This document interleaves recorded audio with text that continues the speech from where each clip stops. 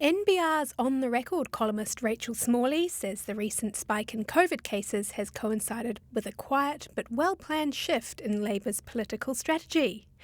Rachel, how did you come to this conclusion?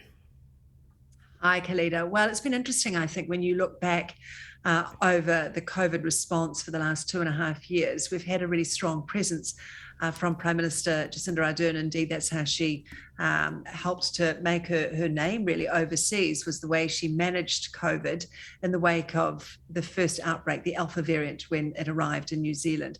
And as you know, we saw the Prime Minister and Dr. Ashley Bloomfield really lead the response for us. And they did a really good job, particularly in that first lockdown.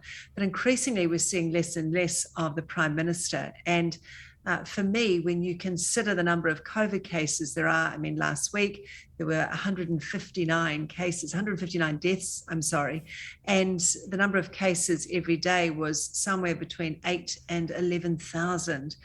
Dr. Ashley Bloomfield has already said that they expect the true number of cases to be double that. That's just the number of reported cases.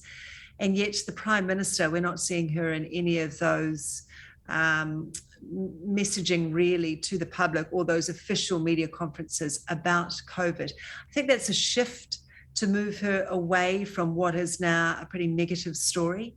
But I think that's the wrong decision, I have to say, from her advisors. I think we need at this time, as a leader, we need to see more of her addressing the public. When we have still very strong cases, we have a large number of deaths per week now, the highest reported per capita cases each week as well. I think we need to see more of it, because leaders are important at a time like this to calm the public and reassure the public. It's certainly a change from the start of the pandemic. Could it be that as it's gone on over the last 2 years, the public and the media are getting sick of the daily updates, and the Prime Minister's decided to put her energy on more important work, or other important work? Yeah, absolutely. There's an element of that for sure. I think there was an apathy from the public. We were tired of it. The 1 o'clock stand-ups were beginning to feel, and I was certainly a critic of those. The way they were being delivered, I felt towards the end, before the Prime Minister stepped away, were somewhat patronising, somewhat dictatorial. And I think the country had moved into a space where they just wanted to move on, and COVID was exhausting many of us. And I think she would have done internal polls, they would have done focus groups, and they would have reached that conclusion themselves as well, that the country needed to move on, maybe move the Prime Minister away. And we've seen that. She's gone overseas. She's done a lot of work in the Northern Hemisphere and in Australia in recent times, and in the Pacific.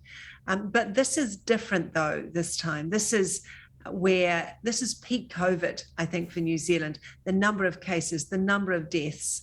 Omicron really has New Zealand in a vice-like grip. So that's when we should see the return of the Prime Minister. It's certainly not every day, not at all, but we need to hear her speak to the public and reassure the public that you have to acknowledge the problem. You have to acknowledge what's going on and what the public's dealing with at the moment. You can't leave that to the public servants, and you can't leave that to the minister. It needs to come from the Prime Minister, because, as you'll remember, she very much said that we were having a health response. Our approach to COVID was a health response, not an economic response necessarily like they initially started to do in the Northern Hemisphere. The health response was the right response.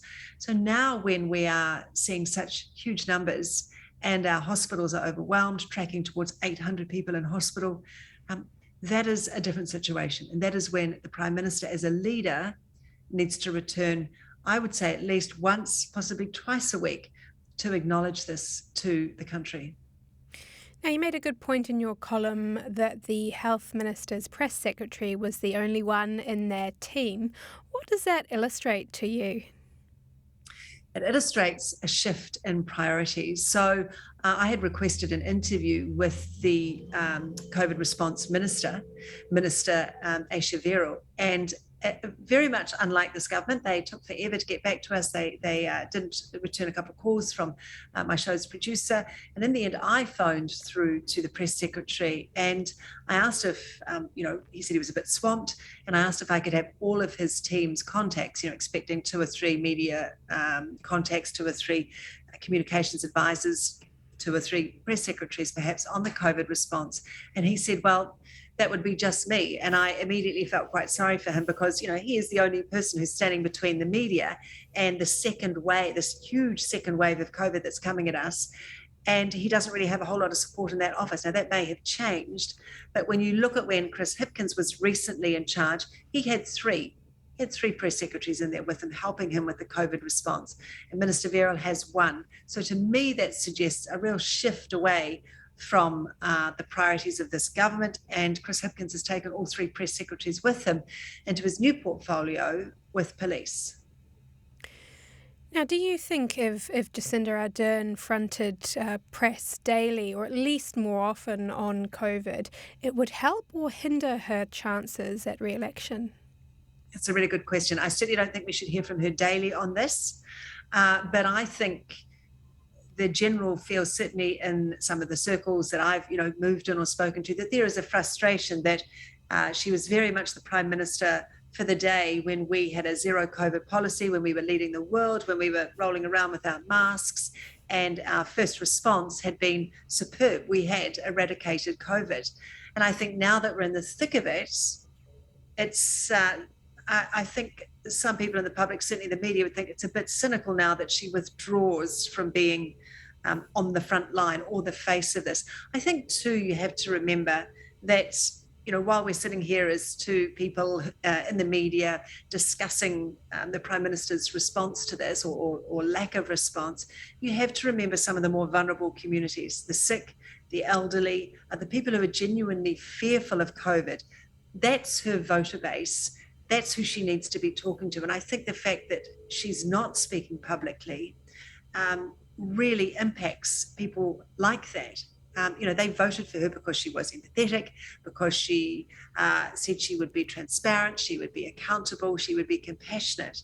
And so now in this extraordinary wave of Omicron, and like I say, last week, 159 deaths, thousands of cases every day, the silence is deafening. She needs to speak to the public. Rachel, thank you very much for your time.